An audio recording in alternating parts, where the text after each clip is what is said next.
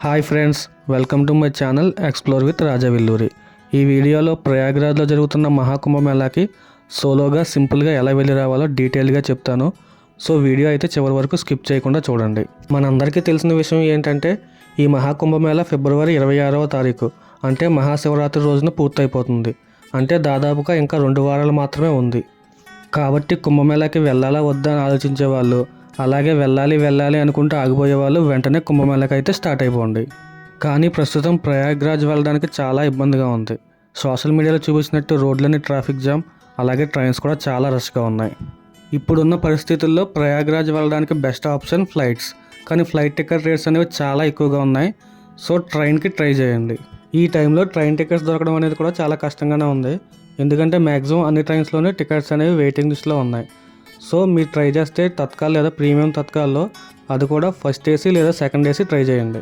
మీరు train ticket book చేసుకునే ముందు మీరు ఏ రైల్వే స్టేషన్కి టికెట్ బుక్ చేసుకోవాలనేది ముందుగానే డిసైడ్ చేసుకోవాలి. ఎందుకంటే ప్రయాగ్రాజ్లో 4 రైల్వే స్టేషన్స్ ఉన్నాయి. ప్రయాగ్రాజ్ జంక్షన్, ప్రయాగ్రాజ్ సంగం, ఈ 2 రైల్వే స్టేషన్స్ త్రివేణి సంగమం ఏరియాకి ఒక సైడ్ ఉన్నాయి. అలాగే ప్రయాగ్రాజ్ చౌకీ, నైనీ జంక్షన్, ఈ 2 రైల్వే స్టేషన్స్ త్రివేణి సంగమానికి ఇంకో సైడ్ ఉన్నాయి. మీరు టికెట్ అనేది ప్రయాగ్రాజ్ జంక్షన్ లేదా సంగం రైల్వే స్టేషన్కి బుక్ చేసుకుంటే మీరు డైరెక్ట్గా సెక్టార్ 3లో ఉన్న సంగం ఘాట్లో స్నానం చేయొచ్చు. కానీ కనీసం మీరు 8 నుంచి 10 కిలోమీటర్లు నడవాల్సి ఉంటుంది. అదే మీరు టికెట్ అనేది ప్రయాగ్రాజ్ చౌకీ లేదా నైనీ జంక్షన్కి బుక్ చేసుకుంటే మీరు ఆటో ద్వారా సెక్టార్ 23లో ఉన్న అరైల్ ఘాట్ వరకు రీచ్ అయిపోవచ్చు. పైగా ఈ 2 రైల్వే స్టేషన్స్ సంగం ఏరియాకి 5 నుంచి 6 కిలోమీటర్ల దూరంలో ఉన్నాయి. ఒకవేళ ఆటోలు అనేవి అందుబాటులో లేకపోతే మీరు సంగం ఏరియాకి నడుచుకుంటూ వెళ్ళడానికి ఈజీగా ఉంటుంది. అరైల్ ఘాట్ నుంచి మీరు బోటు ద్వారా త్రివేణి సంగమం ఏరియా చేరుకుని స్నానం చేసి మళ్ళీ తిరిగి వెనక్కి రావచ్చు. మీరు మహాకుంభమేళా స్నానంతో పాటు అక్కడే లోకల్గా ఉన్న బడే హనుమాన్ టెంపుల్, నాగవాసుకి టెంపుల్, అలాగే అలపిమాత శక్తిపీఠం, ఈ 3 దేవాలయాలు దర్శించుకోవాలంటే ఒక 2-3 రోజులు అక్కడే ఉండేలా ప్లాన్ చేసుకోండి. ఎందుకంటే ప్రస్తుతం ఈ టెంపుల్స్ దగ్గర క్రౌడ్ అనేది చాలా ఎక్కువగా ఉంది. ఇవన్నీ ఒకే రోజులో కంప్లీట్ చేయాలంటే చాలా కష్టం. ఈ 3 టెంపుల్స్ ప్రయాగ్రాజ్ జంక్షన్ రైల్వే స్టేషన్కి దగ్గరలో ఉన్నాయి. కాబట్టి మీ ట్రిప్ కంప్లీట్ అయ్యే టైంకి మీరు త్రివేణి సంగమం ఏరియాకి ఏ సైడ్ అయితే ఉంటారో ఆ సైడ్కి దగ్గరలో ఉన్న రైల్వే స్టేషన్ నుండి రిటర్న్ టికెట్ బుక్ చేసుకోండి. నేనైతే నా train ticket Vijayawada Gaya special ఎక్స్ప్రెస్లో ప్రయాగ్రాజ్ చౌకీ వరకు బుక్ చేశాను. ఈ ట్రైన్ విజయవాడలో బుధవారం నైట్ 7:30కి స్టార్ట్ అయ్యి శుక్రవారం ఎర్లీ మార్నింగ్ 2కి ప్రయాగ్రాజ్ రీచ్ అవ్వాలి. కానీ 3 అవర్స్ లేట్గా అంటే ఎర్లీ మార్నింగ్ 5కి ప్రయాగ్రాజ్ రీచ్ అయ్యింది. మనం ట్రైన్ దిగిన వెంటనే మనం ఏ సైడ్కి వెళ్ళాలనేది అక్కడ ఉన్న లోకల్ పోలీసులు గైడ్ చేస్తారు. ఆ రూట్ ఫాలో అయితే సరిపోతుంది. చూసారుగా, నాతో పాటు దాదాపుగా 2000 మంది ఈ ట్రైన్లో వచ్చారు. పోలీసులు చెప్పిన డైరెక్షన్లో ఒక 200 మీటర్స్ నడిచిన తర్వాత మెయిన్ రోడ్ వస్తుంది. ఆ మెయిన్ రోడ్ నుంచి అరైల్ ఘాట్ వెళ్ళడానికి చాలా ఆటోలు ఉంటాయి. ఒక్కో పర్సన్కి 50 నుంచి 150 రూపాయలు తీసుకుని అరైల్ ఘాట్ దగ్గర డ్రాప్ చేస్తారు. ఆటో వాళ్ళు దింపిన ప్లేస్ నుంచి కొంచెం ముందుకు వెళ్తే మనకి ఇలా గ్రీన్ కలర్లో ఒక నేమ్ బోర్డ్ కనిపిస్తుంది. ఆ నేమ్ బోర్డ్కి ఆపోజిట్గా ముందుకు వెళ్తే మనకు అరైల్ ఘాట్ వచ్చేస్తుంది.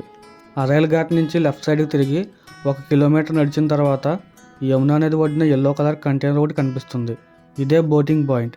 ఇక్కడి నుంచే మనం త్రివేణి సంగమం వెళ్ళడానికి బోట్స్ అనేవి అందుబాటులో ఉంటాయి. ఇక్కడ చాలా బోట్స్ ఉంటాయి. ఒక్కో బోట్లో కనీసం 8 నుంచి 10 మందిని తీసుకెళ్తారు. త్రివేణి సంగం తీసుకురావడానికి కనీసం 1000 రూపాయల నుంచి 4000 వరకు ఛార్జ్ చేస్తారు. ఇక్కడ రేట్లు అనేవి మనం వెళ్ళి టైం బట్టి ఉంటుంది. ఎర్లీ మార్నింగ్ వెళ్ళడం వల్ల నాకైతే 1000 రూపాయలకే బోట్ దొరికింది.